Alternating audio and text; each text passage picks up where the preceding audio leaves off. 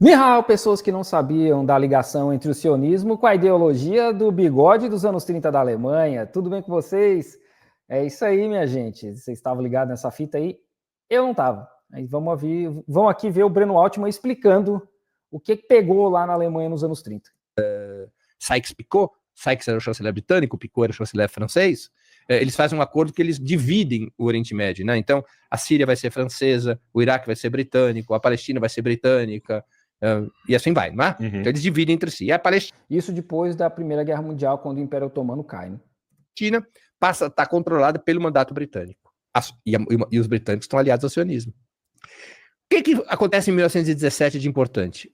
O Reino Unido manda uma carta ao Barão de Rothschild, dizendo que, terminada a guerra, a Grã-Bretanha apoiaria a criação de um lar nacional judaico na Palestina. Apoiaria o projeto sionista. O Estado de Israel, eles iriam... Ainda não se falava em Estado de Israel, mas acenava para o apoio do projeto sionista. Isso é uma mudança fundamental, porque a Grã-Bretanha foi a potência colonial da Palestina de 1918 a 1948, por 30 anos. Mas nesses 30 anos, o sionismo se fortalece muito, porque o Império Britânico, embora tivesse contradições com o sionismo, claro, porque os sionistas estão sob o Império Britânico, então eles também vão ter contradições com o Império Britânico, mas, na essência, o Império Britânico favorece o projeto sionista e enfraquece, reprime os palestinos. Então, isto é o que prepara, historicamente, a criação do Estado de Israel. Pois bem, nos anos 30, como você já salientou, surge, em 1933, o Hitler chega ao poder na Alemanha.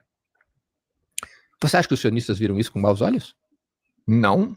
Não. Tem pergunta disso aqui na live. Aqui. O pessoal está perguntando se os sionistas financiaram o Holocausto. Não, os sionistas não financiaram o Holocausto, isso não há nenhum registro disso, mas os sionistas... Até porque eu vou te falar, por pior que sejam as intenções, eu acho que nenhum ser humano plausível, o ser humano em si, patrocinaria o que aconteceu ali.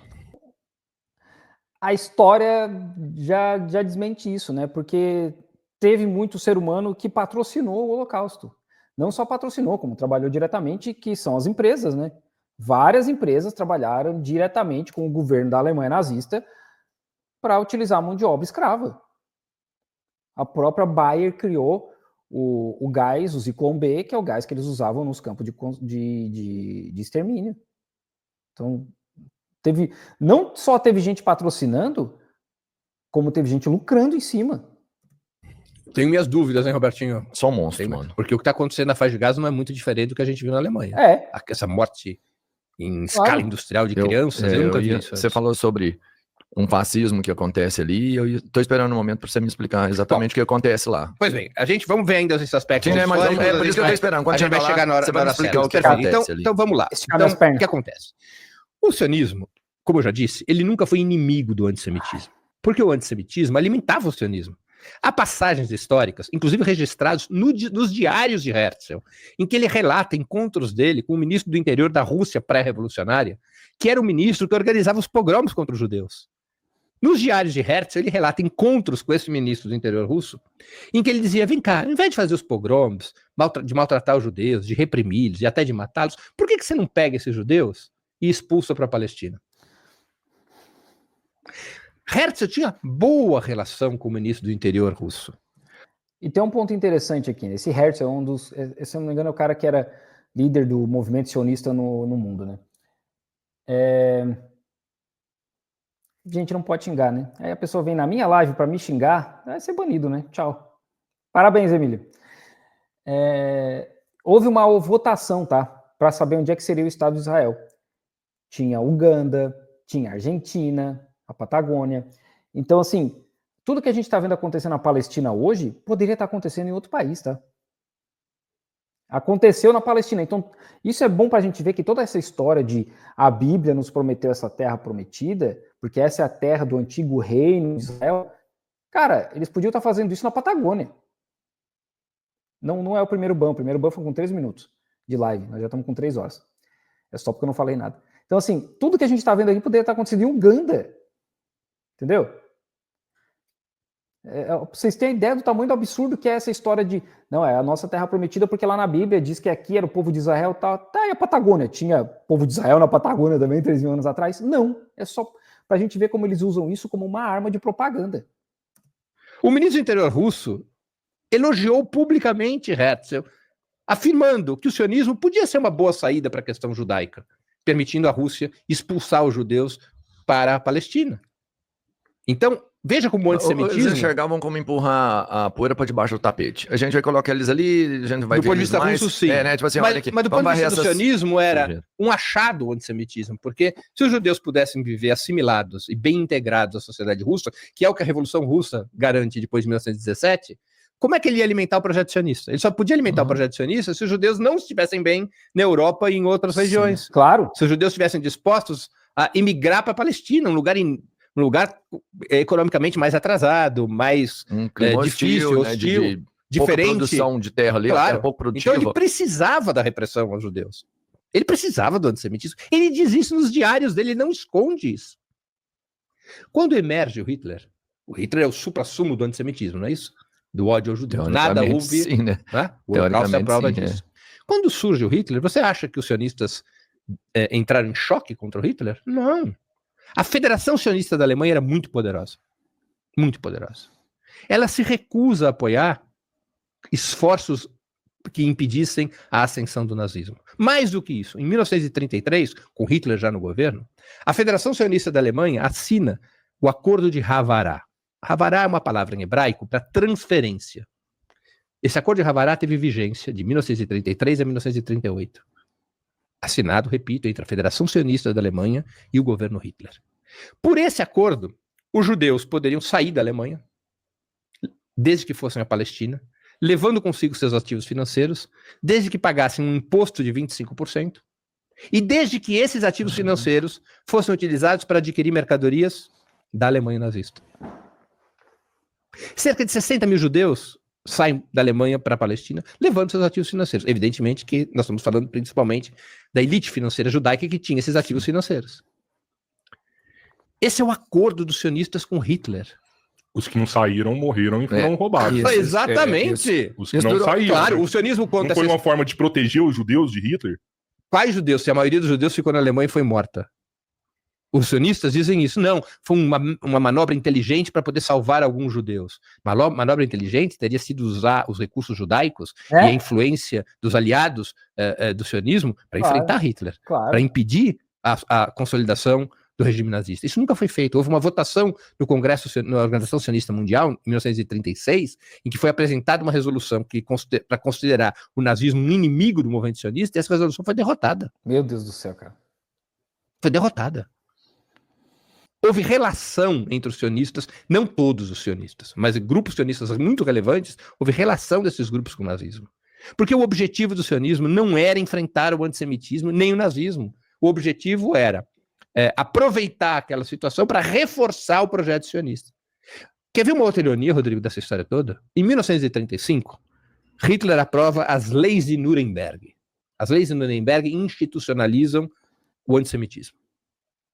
O mundo inteiro decreta boicote contra a Alemanha. A Noite dos Cristais é nessa época também, em 38, eu acho. Das leis de Nuremberg. E quem é que estava furando o boicote contra a Alemanha? Os próprios sionistas que fizeram o acordo de Havará e que utilizavam os ativos financeiros que puderam ser levados à Palestina para adquirir mercadorias da Alemanha, que estava sob boicote por conta do seu antissemitismo. Mas isso é apenas um exemplo, numa extensa lista de atividades colaboracionistas entre o sionismo e o nazismo. E assim, aqui nos Estados Unidos existia um movimento, um sentimento anti-judeu, antissemita muito forte. Então, muito empresário, eles continuaram fazendo negócio com a Alemanha. O Ford, a Coca-Cola, a IBM. Sim, eles não cortaram relações com a Alemanha porque o Hitler falou, olha, tá aqui as leis de Nuremberg e agora a gente é oficialmente antissemita. Não, nada mudou. Aqui, o poder dos Estados Unidos, Wall Street, aquela galera toda, eles não estavam nem aí, mano. Eles queriam mais que continuasse e piorasse. Quando é rompido o acordo de Havará? Quem rompe? A hora que eles percebem que Hitler estava disposto a fazer até com eles. Porque quem rompe Havará é Hitler. porque Hitler muda sua política para a questão judaica, em 1938. A política de Hitler para a questão judaica teve 3 etapas. Uma etapa foi de limpeza étnica, expulsar os judeus da Alemanha e dos territórios ocupados pela Alemanha. Essa foi uma etapa. Todo esse processo, dessa primeira etapa aí, é feito com máquinas de recenseamento da IBM. A IBM fornece muita máquina, e aí os alemães usam toda a parte operacional deles de engenharia e logística para começar a rastrear quem que era 100% judeu, 50% judeu, 25% judeu, e etc, etc, etc, etc. Para poder, ok, nessa cidade tem tantos judeus, nessa tem tanto, nessa tem tanto. E não só judeus, mas pessoas com deficiência física, com outro tipo de deficiência, LGBT, ciganos, que teve genocídio de cigano também, né? E quem ajudou nisso foi a IBM. Foi até 1938. Em 1938 ocorre... Mas nem era expulsar, era exterminar, não? Não, ainda não. Era limpeza étnica. Tá. Em 1938 ocorre um episódio... Tanto que tem as Olimpíadas de Munique, acho que é de Munique em 36, né? Tem as Olimpíadas na Alemanha em 36, e a Alemanha tenta fazer uma maior propaganda de não, gente, tá aqui, ó, os judeus, tá tudo bem com eles. Não tem nada acontecendo. Mas já existia, né? Já existia um movimento. Internacional entendendo que existia uma perseguição contra judeus, que tinha um monte de judeu fugindo da Alemanha já, né? Vendo que, olha, vamos carpir porque só vai piorar. Importante, que é Kristallnacht, a Noite dos Cristais. Nesse momento, Hitler muda sua política em relação aos judeus. Passa a ser de aprisionar e utilizar os judeus como mão de obra escrava. Os judeus e outras minorias. Sim. Então, os judeus tinham que ser desapropriados de todos os seus ativos, de todas as suas propriedades. Esses ativos e propriedades seriam confiscados pelo Estado alemão para poder financiar o esforço de guerra, de uma guerra que já se avizinhava. E os judeus deveriam ser trancafiados em campos de concentração, junto com outras minorias, para trabalhar como mão de obra para o regime nazista. Tanto é assim que os campos de concentração, qual é o dizer que todos os campos de concentração tinham... Trabalho liberta. Só o trabalho liberta. Todos os campos de concentração tinham isso. Eram campos de escravização de milhões de pessoas. O grupo principal era os judeus, mas não eram apenas os judeus que iam para os campos de concentração. Hitler muda de novo sua política para a questão judaica em janeiro de 1942, quando ocorre a Conferência de Wannsee. Na Conferência de Wannsee, uma conferência secreta realizada dentro da Alemanha, a alta oficialidade nazista decide encaminhar a solução final. O que é a solução final? A liquidação das populações dos campos de concentração, entre eles, evidentemente, os judeus. Aí começa o extermínio. Em janeiro de 1942 começa o extermínio. Então são as 3 etapas da política de Hitler em relação à questão judaica. E pra vocês terem ideia, o campo de concentração de Auschwitz era um campo de concentração que depois foi expandido para um campo de extermínio.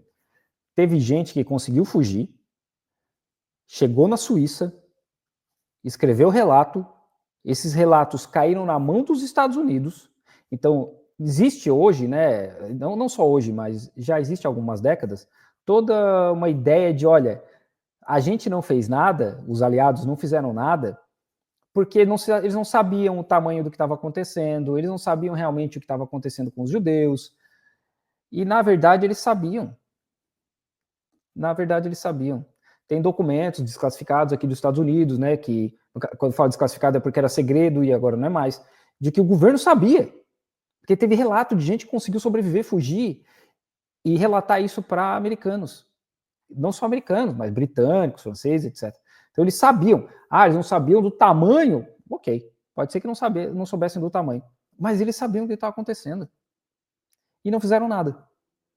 Podiam ter bombardeado as linhas de trem, que levavam para esses campos o Auschwitz, Bergen-Belsen, Dachau, que eram, acho que são os 3 grandes, assim, né? Que eu me lembro, são 3 grandes. Podia ter bombardeado as linhas de trem, cara, e não fizeram. Tá? Eles não fizeram. E aí hoje eles usam essa desculpinha de, não, gente, veja bem, a gente não sabia. E é mentira. Todo mundo sabe que é mentira. Na primeira etapa, nós tivemos esse acordo da Federação Sionista da Alemanha com Hitler. Mas atenção, na segunda etapa também houve tentativa de acordos do sionismo com Hitler. O grupo Lehi era liderado por um sujeito chamado Abraham Stern. Abraham Stern tinha como seu braço direito um outro sujeito chamado Yitzhak Shamir. Vocês já ouviram falar de Yitzhak Shamir? Ele foi primeiro-ministro de Israel de 1983 a 1984 e depois de 1987 a 1993. Yitzhak Shamir era o chefe militar do grupo Lehi. Yitzhak Shamir é responsável por uma milícia, a milícia Lehi, que massacrou palestinos, aldeias palestinas. E Yitzhak Shamir também é o principal, ou um dos principais construtores do Mossad, o Serviço Secreto de Israel. Pois bem, esse grupo Lehi, em 1941, enviou uma carta a Hitler, propondo um acordo. Qual era o acordo? Se Hitler expulsasse os judeus da Alemanha e dos territórios ocupados, incluindo os judeus que estavam nos campos de concentração, para a Palestina, se Hitler se dispusesse a apoiar o surgimento de um Estado judeu depois da guerra, o grupo Lehi lutaria ao lado da Alemanha contra os britânicos e demais forças aliadas que estavam enfrentando os nazistas na África. O que Hitler falou desse acordo? Nunca respondeu. Mas eu Nunca vejo... respondeu? Nunca respondeu. Não teria uma visão, vamos pensar assim, eu tô fazendo um pouco de advogado do diabo aqui, de, com isso, salvar as pessoas que estavam ali? Não. Salvar com esse acordo dos judeus? Porque, ó, manda eles pra cá e eu te ajudo. É tipo uma troca de prisioneiro de guerra. Eu tô assustado, eu acho que igual o Robertinho, assim, é muito cruel isso. Mas você entende? É porque eu tô tentando achar nas pessoas que fizeram isso alguma boa fé, alguma alma. Veja, como é que foi possível libertar? Você está lidando com as pessoas que fundaram o Estado que hoje comete um genocídio contra a Palestina, que é um processo que começa lá em 48. Então essas pessoas aí, que estavam aí lidando com Hitler, muitas delas são os caras que fundaram Israel, sabe? Que causam a Nakba em 48. Então, assim, não dá para enxergar bondade nessas pessoas. Libertar o mundo das condições que o nazismo impôs a vários povos. Foi um confronto direto ali, né? Houve algum acordo não concorda com isso, você tem que lutar contra isso. Foi algum isso. acordo que tornou isso possível? Não. O nazismo teve que ser esmagado. Sim. E somente com o nazismo esmagado, os judeus puderam ser libertados dos campos de concentração. E o nazismo só cresce dessa forma porque a Europa Ocidental e os Estados Unidos, eles enxergavam que o nazismo ia lutar contra a União Soviética. Sabe? É por isso que existe essa complacência nos anos 30, claro, assim, estou resumindo isso de uma forma simples, né? Essa complacência nos anos 30 de deixar a Alemanha se armar de novo, de deixar a Alemanha crescer militarmente, porque depois da Primeira Guerra Mundial existe um limite para o tamanho do exército da Alemanha, da mesma forma como tem para o Japão. O Japão não pode ter forças armadas até hoje. Então, quando eles viram isso crescendo, porque eles viram que era um discurso fascista, que inclusive casava com o discurso deles, que era contra o discurso comunista da União Soviética, os caras pensaram, bom, deixa que, olha, ele está tomando terra na Tchecoslováquia, na Áustria, é para lá que eles vão. Eles vão se tretar com a União Soviética, deixa eles se tretarem lá. Eles não esperavam que a Alemanha resolvesse atacar a Europa Ocidental. E aí, aplicar na Europa inteira tudo que os colonizadores safados aplicavam no resto do mundo. Porque um ponto assim, que é importante a gente relembrar sempre, a Alemanha praticou um genocídio na Namíbia.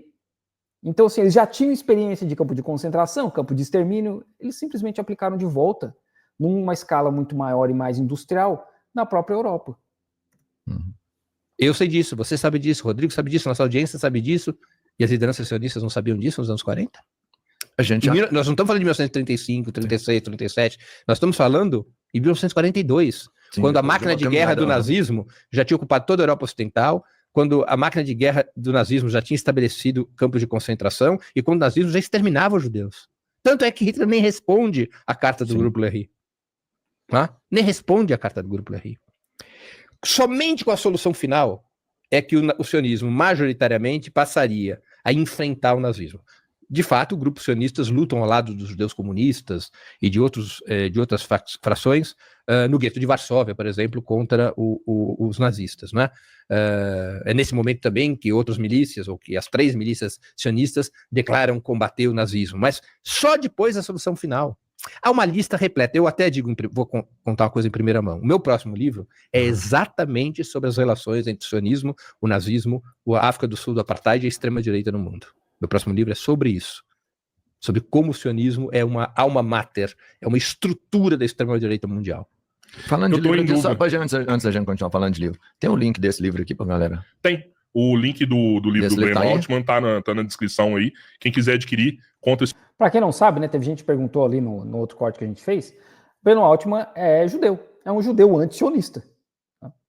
sionismo, tá aí o link para você comprar. É porque, cara, de verdade, eu já até olhei aqui para ver se além do jornalismo, qual que mais tem de embasamento, porque é um conhecimento histórico incrível. Ô, Breno, por mais que os sionistas tentaram se proteger aí nesses anos aí de 35 até 40, tirar o dinheiro deles da Alemanha, ainda ficou muita fortuna ali, né? Claro. O Hitler se apropriou de empresas que são gigantes hoje. BASF, Porsche, né? Pegou muita grana várias, ainda. Pegou várias. Muita grana, pegou grana, claro. O próprio patrimônio pessoal de cada um, ouro, enfim. Porque a partir de 38, as portas se fecharam para o Acordo de Havará. Quando Hitler muda a política para a questão judaica e expropria as... Gente, vocês têm que tomar cuidado com as coisas que vocês falam aí, né? O Rudolf Hess fugiu e ninguém sabe o que aconteceu com ele. O cara tava no julgamento de Nuremberg, irmão. O cara ficou preso até 87. Como assim que ninguém sabe o que aconteceu com o Rudolf Hess? O cara foi o último, se eu não me engano, ele foi o último preso da prisão de Spandau. Eu não sei como é que pronuncia, porque deve ser alemão. Como assim que ninguém sabe o que aconteceu com o cara, mano? O cara ficou preso até 87, ele morreu na prisão, se eu não me engano.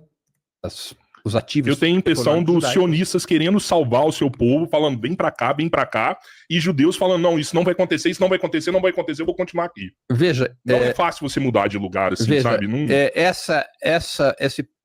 Esse pode ter até sido o discurso parcial que foi utilizado, mas aí a gente vai pesquisar fontes primárias e a gente vai ver uma coisa curiosa. Uma entrevista de Ben-Gurion, que era da ala moderada do sionismo, a uma rádio britânica, em que ele falou assim... Presta atenção, porque lembra que o Farinazzo falou que esse cara era líder de esquerda de Israel, tá? Se eu tivesse que escolher entre salvar todas as crianças judias da Alemanha, com a deportação delas para o Reino Unido, ou salvar metade, levando essa metade para a Palestina, a minha opção seria a segunda.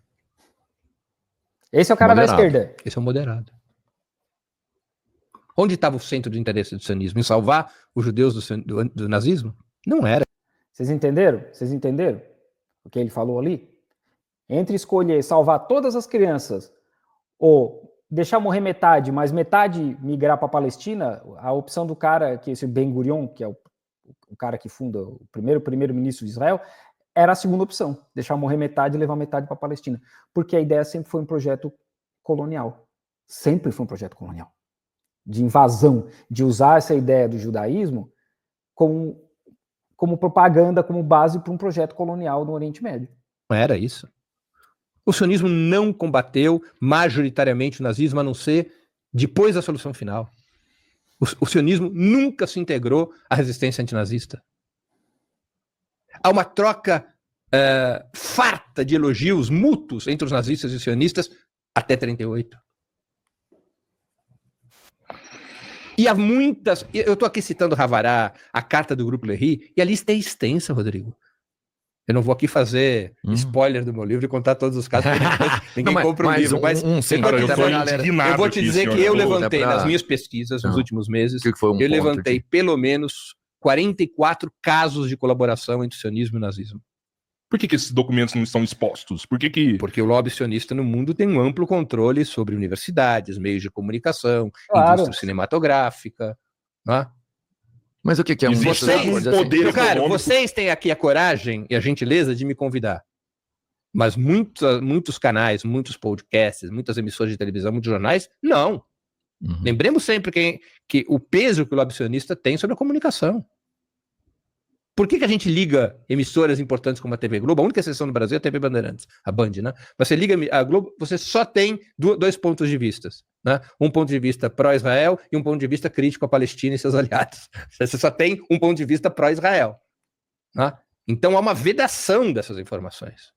Há um controle de narrativa que agora, por causa das redes sociais, por conta da internet, por conta do esfacelamento da imagem do Estado de Israel, agora a gente começa a conhecer uma informação histórica diferente.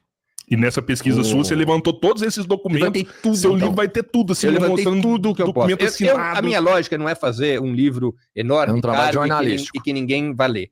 Eu gosto de fazer livros assim, livros breves, que as pessoas podem ter informações sérias, base histórica, mas que possa ser lido por muita gente. Mas o que é um desses pontos? Você lê numa viagem aqui, né? O que é um desses pontos, assim? Você não vai falar sobre o livro, mas eu vou te dar uma dica aqui já.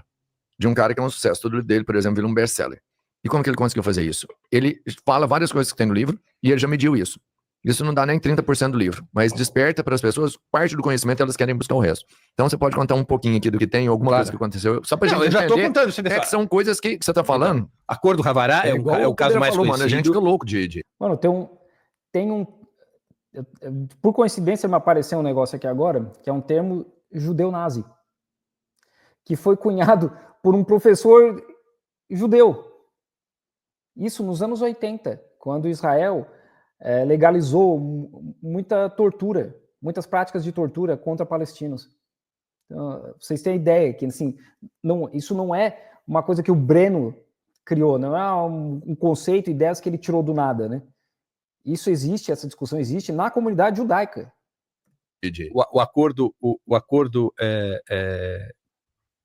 A carta do Grupo Lehi é um outro episódio. São episódios que vão demonstrando as negociações que não são com o nazismo, mas são com o Império Russo pré-revolucionário, com os acordos de Theodor Herzl, as conversações de Theodor Herzl com o ministro do interior russo. Ou seja, a lógica do sionismo não é de confrontação ao antissemitismo. Quais eram os judeus que confrontaram o antissemitismo? Os judeus comunistas, os judeus antisionistas. Esses confrontaram no campo de batalha, na resistência francesa, na resistência italiana, na resistência polonesa. Esses confrontaram o nazismo. Eu perdi 2 tias-avós na resistência armada contra o nazismo na Bielorrússia. Eram avós polonesas que não vieram para o Brasil com a minha avó, porque estavam combatendo o nazismo. Os judeus comunistas lutaram, claro, né? As minhas... Não, esse termo que o cara criou é justamente porque o Estado de Israel se comporta da mesma forma que a Alemanha nazista. O sionismo, não os judeus, né? Porque nos anos 80 o cara decidiu chamar dessa forma. Porque o sionismo não é diferente. Não é diferente do que o que a Alemanha nazista fazia. Cara, é só ver o que está acontecendo em Gaza. Sabe? O Breno, inclusive, ele traça um paralelo entre Gaza e o gueto de Varsóvia. Que realmente é muito parecido. É muito parecido. Essas minhas 2 tias-avós, elas foram para a Bielorrússia para lutar na guerrilha soviética contra os nazistas. Uma morreu enterrada viva e a outra morreu fuzilada. Foi presa e foi fuzilada na Bielorrússia. Esses são judeus que enfrentaram o nazismo. Esses combateram o nazismo. Não os sionistas. Os sionistas, eu sou muito rigoroso com a verdade histórica. Depois de 1941, com a solução final, você começou a ter alguns grupos sionistas que participaram da resistência. O caso mais conhecido é do gueto de Varsóvia, onde, de fato, você teve a chamada esquerda sionista participando lado a lado com os judeus comunistas da luta contra o nazismo. Mas isso foi só depois de 1941, quando o nazismo já vivia seu auge próximo, já vivia seu apogeu, né? Ele já mostrava a face do terror do que era, né? Claro. Você já não tinha mais como ser simpatizante. Então, o sionismo, e por que ele não tinha dificuldade de lidar com o nazismo? Por que ele não tinha dificuldade de lidar com o antissemitismo? Aí tem uma passagem nos diários de Herzl que é muito curiosa. Ele diz assim: agora eu entendo melhor o antissemitismo. Nós não devemos nos confrontar contra o antissemitismo. Nós devemos compreender o antissemitismo como um fenômeno pelo qual os grupos europeus dominantes defendem os direitos da sua raça. Nós também temos que saber fazer isso. Usar como uma ferramenta. Claro. Não combater. Nunca o sionismo... Não combater. Veja, não é sobre antissemitismo o sionismo. O sionismo é sobre um projeto racista e colonial da burguesia judaica. É o que eu sempre falo. É sobre isso o sionismo. Agora, o sionismo se apropriou da perseguição aos judeus como narrativa, como álibi. Especialmente depois da Segunda Guerra. A gente vê isso até hoje. Quando você pega qualquer situação de Israel até hoje, eles mostram algumas coisas do Holocausto, por exemplo. Porque sabe que isso vai causar uma sensibilidade, uma comoção, talvez mundial, em proteção aos judeus que foram perseguidos. E, simbolicamente ou não, verdadeiramente... Claro, existe um medo de se repetir. Esse, verdadeiramente, quando a gente fala de judeus, a gente pensa que Israel é realmente a terra deles. Não, e aí você vai instintivamente penso pensar, pô, vamos proteger Israel contra qualquer um. Claro. Então, porque é justamente o lobby sionista gastou bilhões nos últimos 60, 70 anos para que as pessoas pensem dessa forma, né? Para a gente ver aí no Brasil Marcha para Jesus e a galera com bandeira de Israel. Quando os caras estão destruindo igreja, quando eles maltratam padres católicos todo dia em Israel. Por quê? Porque é o poder da propaganda. É o poder da propaganda, né? É o brasileiro evangélico cristão defendendo um povo que, para eles, cristão não deveria existir. O cristianismo por si não deveria existir, porque Jesus, para judeu, não é nada. Ele não está no lore do judaísmo. Jesus é um profeta, por exemplo, do Islã. Tem muitas igrejas católicas no Irã, por exemplo, porque o Islã trata Jesus, né, o cristianismo, de uma forma muito superior do que Israel trata. Então, assim, para o judeu, o Messias nunca veio, né? Não chegou ainda. Ele vai vir um dia, e aí eles têm lá que tomar a terra deles de volta para poder voltar a Jesus, para o Messias vir e tal, mas o Mindin, ele entende dessa forma porque esse é o poder da propaganda sionista nas últimas décadas. É isso, porque o sionismo se apropria da narrativa do Holocausto. O Holocausto foi essencial para a criação do Estado de Israel. O projeto sionista é legitimado pelo Holocausto, porque se cria uma comoção no planeta de que os judeus tinham direito a uma reparação histórica. Sim. Então, é sensato. Claro, é sensato. E a Alemanha pagou bilhões de dólares nessa reparação histórica. Né? Até há pouco tempo atrás, a Alemanha ainda estava pagando. Mas a gente nunca ouve falar da reparação histórica financeira para países africanos. Porque, óbvio, né, que tudo que aconteceu contra os judeus na Alemanha, na Europa, de modo geral, é um absurdo. O Holocausto é uma parada que a gente espera que não aconteça de novo, e infelizmente está acontecendo na faixa de Gaza. Mas a gente tem que lembrar, e eu sempre uso esse exemplo porque é um exemplo mais fácil da gente entender, o Congo, 15 milhões de mortos no Congo. E a Bélgica não pagou nada para o Congo, sabe? Não. A Alemanha praticou um genocídio na Namíbia. A Alemanha falou recentemente, né, pô, Namíbia, foi mal aí, né, a gente realmente... E cadê o financeiro? E o genocídio dos povos indígenas das Américas, causado pelos ingleses, pelos espanhóis, pelos portugueses. Isso mostra o poder que esse lobby sionista tem de forçar países europeus pagarem reparações para judeus até hoje, e reparações que não chegam para outros povos que também sofreram genocídio, principalmente os povos africanos. O insensato é essa reparação ser na Palestina, porque que diabos os palestinos tinham a ver com a perseguição contra os judeus, né? É irônico, assim, se a gente quiser fazer uma... Deveria ser na Alemanha, você fala, por exemplo. Por que não foi criado o Estado de Israel na Alemanha, vamos dizer, na Baviera, com o direito do... Cara, mas assim, esse detalhe, a cor da pele, judeu não é... Hoje, não sei dizer hoje, tá? Mas judeu, de modo geral, não era enxergado como branco na Europa. Pra vocês terem ideia, italiano... não é italiano, mas ítalo-americano, né, os descendentes de italianos, as segundas, 3 gerações de italianos aqui nos Estados Unidos, eles não eram enxergados como branco até os anos 80, 70, 80, os caras não eram enxergados como branco, sabe? Então, é muito complicado isso aí, de falar porque a cor da pele influencia. É o lobby sionista. O lobby sionista é muito forte, é muito, muito forte. E toda essa comoção que eles criam pós-Segunda Guerra Mundial força muita coisa. Os irlandeses também aqui na Itália, eles não eram vistos como branco. Não importa que os caras eram brancos. Inclusive, eles são os brancos original, digamos assim, né? Porque são os europeus que vieram para cá. Do Estado de Israel aniquilar até 6 milhões de alemães. Isso é reparação histórica. Não é? Ou seja, contra quem provocou dor aos judeus. Os palestinos não têm nada a ver com isso. Tem um poeta palestino que uma vez escreveu que o problema dos palestinos serem as vítimas das vítimas, né? Eles não têm nada a ver com essa história. Pesado, hein? Eles não têm nada a ver com essa história. Zero. O que os palestinos têm a ver com a perseguição dos nazistas aos judeus? O que os palestinos têm a ver com o Holocausto? Isso não tem um pouco de contexto religioso? Claro.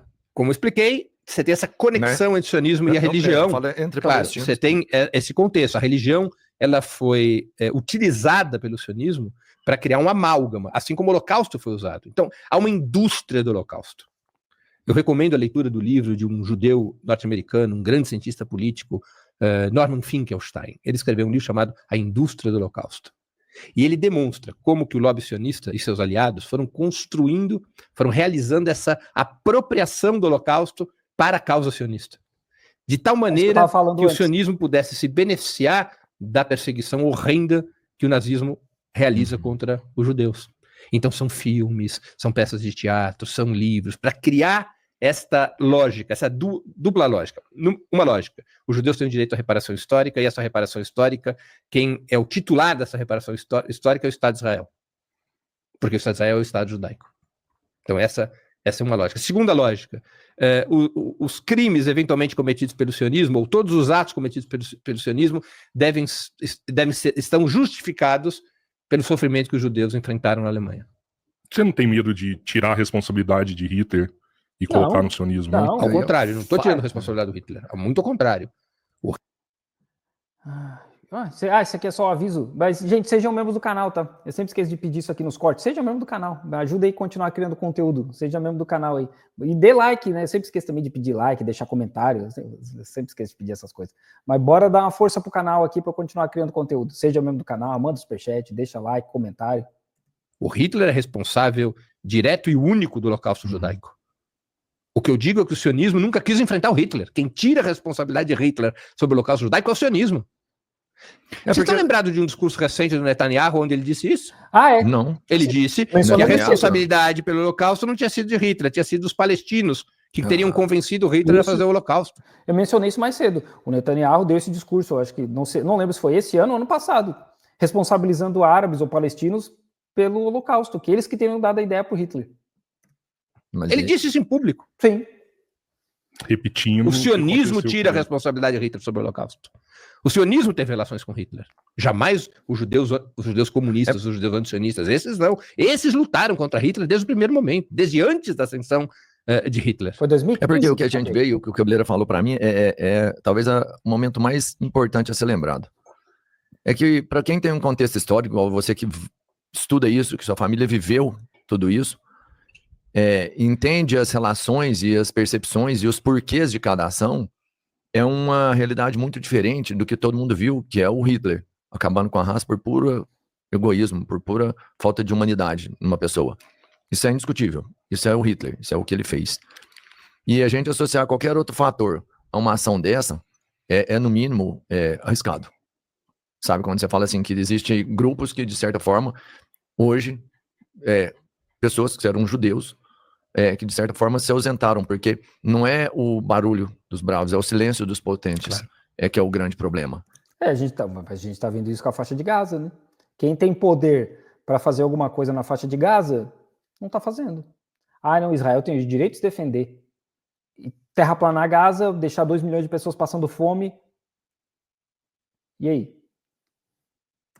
E foi isso que aconteceu, então. As pessoas que tinham mais força se silenciando, ao invés de se movimentarem. Olha, no caso dos sionistas naquela época, eu vou te dizer que é mais do que silêncio. É um processo predador. Conivente, Vocês se aproveitaram. Né? Conivente. Porque, efetivamente, o movimento de Hitler de perseguição aos judeus alimentou o sionismo. Então, antes da solução final, ou pelo menos antes de 1938, quando os judeus são frontalmente atacados, o fato é que o sionismo havia se beneficiado do antissemitismo na Europa e é beneficiado por Hitler. Por quê? Porque Hitler... Gente, esses argumentos, a terra dos hebreus, gente, isso é um argumento muito bonito para a Bíblia, mas se a gente for fazer, por exemplo, análise de DNA, a grande maioria da população de Israel hoje tem DNA europeu. Então eles não são esse povo. O povo dali, que é dali mesmo, é o povo palestino, que está ali desde sempre.